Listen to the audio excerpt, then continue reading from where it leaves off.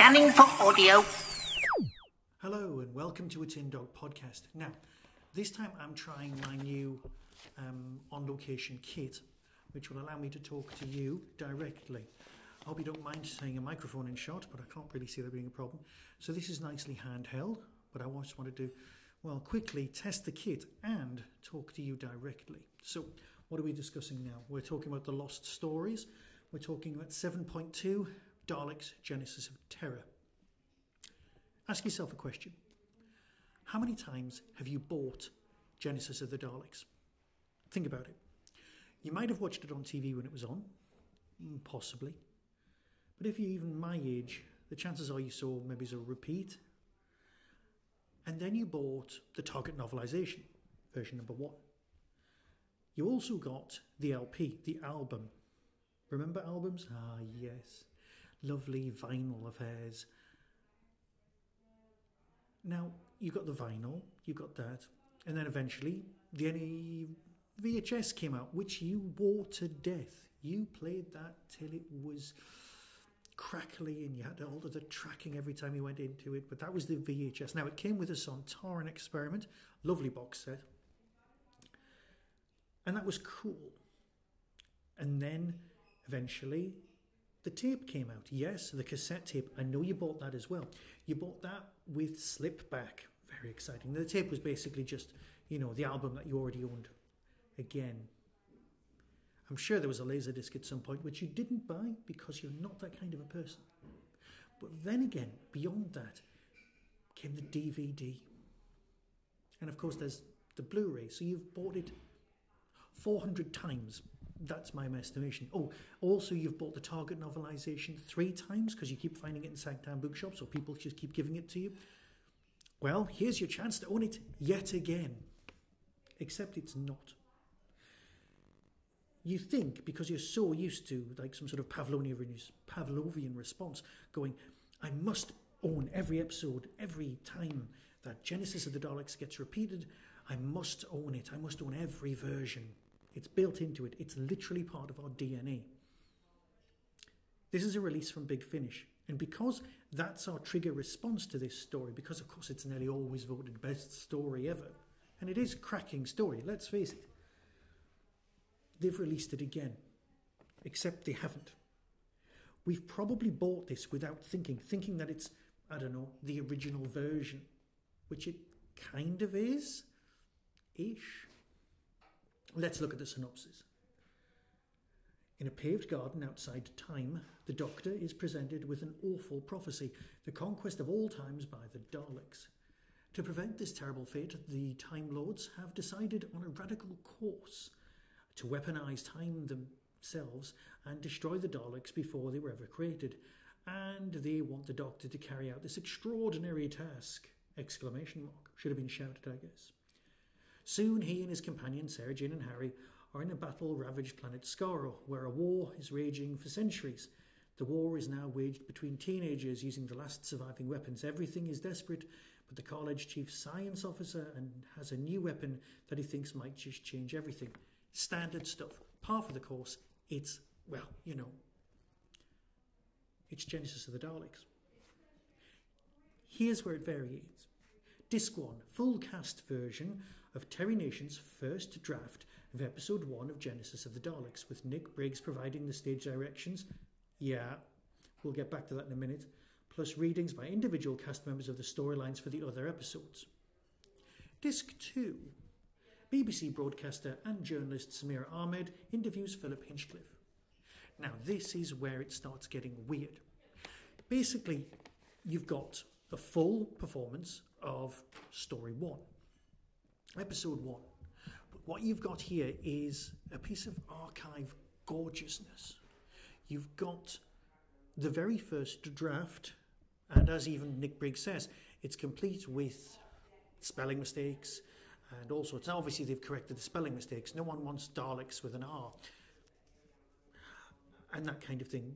But what they do want is to know how it goes. And this is an insight into Nation's mind, his psyche, the way he works, because it's given to us and it's as written. Because if they'd adapted it, if they'd taken the original text and not given us the stage directions, yes, there are some sound effects, then it wouldn't have been what we think. It wouldn't have been true to its nature. But of course, with all of these stage directions, it's actually taking us out of the moment. It's taking what we're given and turning it into something different. We're used to the audio versions. We're used to pure drama. And the Dalek story, Genesis itself, is so visual. There are so many moments of just silence. You can put it on, but the actual text you can shrink down into the length of, well, an album. It's a cracking, fast-paced story, but on TV it's 6 episodes long. It doesn't exactly plod, but it does take its time to get where it's going. Yes, a lot of people have argued that this is in fact a Pertwee story. And I can see the argument. But what we're presented with here is, I'm not going to say curate's egg because curate's egg is wrong. What we're presented with here is something that is an archive piece.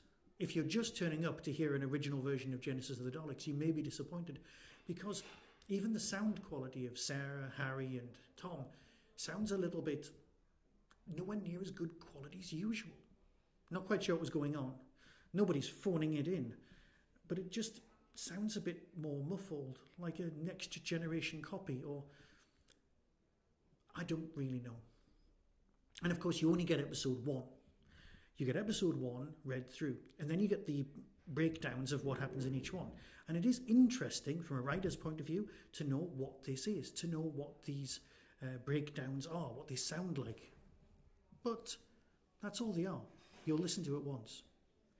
Disc 2, Philip Hinchcliffe's interview, now that's better. Ahmed approaches the subject not like any of us, not at a convention where you would interview Philip and ask the same questions over and over again. Yes, she's definitely done her research and she's got lots of notes from the Blu-ray and things like that. And she talks about specific events, the sort of thing that does come up at conventions. But she is a very, very good interviewer. Not quite sure how Big Finish managed to crack this. It's a great interview. And when I'm listening to it, I was thinking, you know what? This should have been the other way around. This should have been Philip Hinchcliffe's interview with an extra of some Dalek snippings. And that's kind of what this is. I'm not having a go at the AA release by any stretch of the imagination, but it might not be for you. But of course, you've probably already ordered it because, like me, you're designed on a genetic level to always buy Genesis of the Daleks. The Hinchcliffe interview is revealing and impressive and heartfelt and all of the things that we really need from any form of Doctor Who. It's a lovely insight into his time, and as far as I'm concerned, this is the Philip Hinchcliffe interview box set, and the extras, well, they're the Dalek story. If you approach it like that, you will not be disappointed. However, if you've come for the Daleks, well, stay for the Hinchcliffe. I'll stop now and let you hear the trailer, because there'll be a lot of people out there kicking off going, oh, this is the worst thing Big Finish have ever done. Well, they're wrong.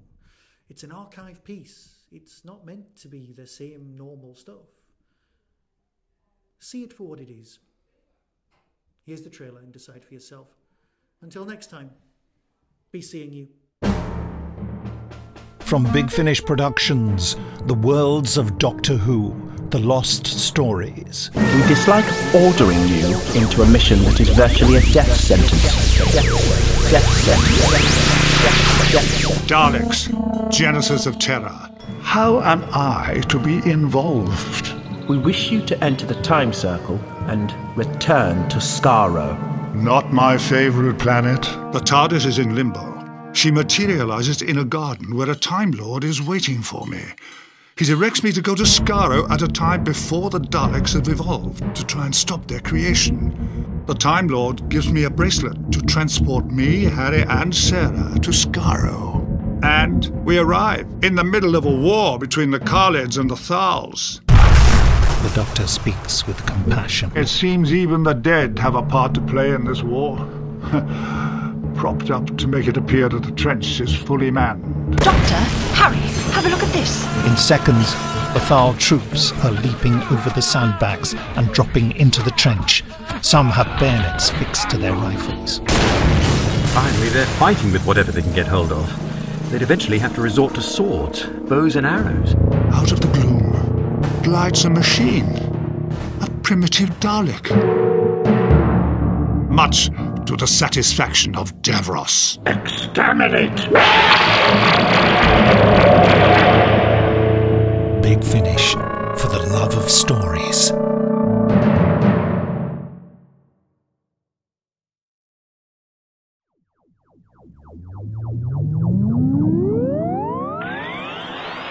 That was the Tin Dog Podcast.